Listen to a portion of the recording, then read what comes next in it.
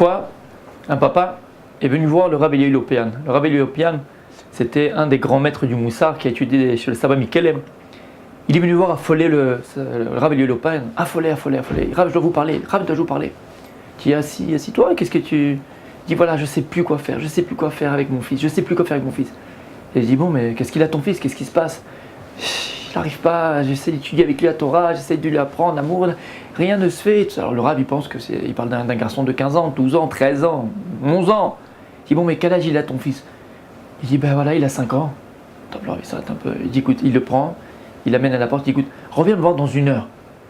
Il dit mais je comprends pas, j'ai une question, Rav, pour m'aider, reviens me voir dans 1 heure. Le type il s'en va. 1 heure après, il tape à la porte. La rabbinite ouvre la porte, oui.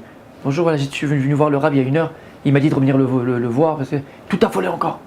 Il dit ah oui, bien sûr, rentrez dans le salon. Et il rentre dans le salon, il voit le Rav Eliyahu Lopian assis sur sa chaise, sur son fauteuil. Il lui fait signe de s'asseoir devant lui. Et une table dressée, avec sur la table des chocolats, des bonbons, des boissons, des coca, des jus d'orange, des gâteaux, toutes sortes de mets, de Coca-Cola, de choses extraordinaires, sucrées. Et il s'assoit, il attend. Et le Rav, il parle pas. Le type, après 10 minutes, un quart d'heure, il commence à plus pas rester sur sa chaise. Il dit bon Rav, la réponse, je vous ai posé une question, je sais plus quoi faire avec mon fils. Il dit ah, t'as pas encore compris la réponse? Regarde la table devant toi. Regarde la table, il dit oui alors? Il dit voilà la réponse. Il dit voilà, il n'y a pas longtemps, il y a mon petit-fils qui va venir à la maison parce qu'il vient de finir une Mishnah. Alors voilà ce qu'on fait pour lui, on lui fait une Seouda. Et qu'est-ce qu'il y a dans cette Seouda qu'on lui fait? Il va avoir des chocolats, des bonbons, regarde, des sucreries, tout ce qu'il y a dessus. Il dit mais de quoi tu te plains? Ton fils il a 5 ans, je pensais que tu me parlais de ton fils qui avait 15 ans, 14 ans, 12 ans. Mais qu'est-ce que t'attends de ton fils de 5 ans?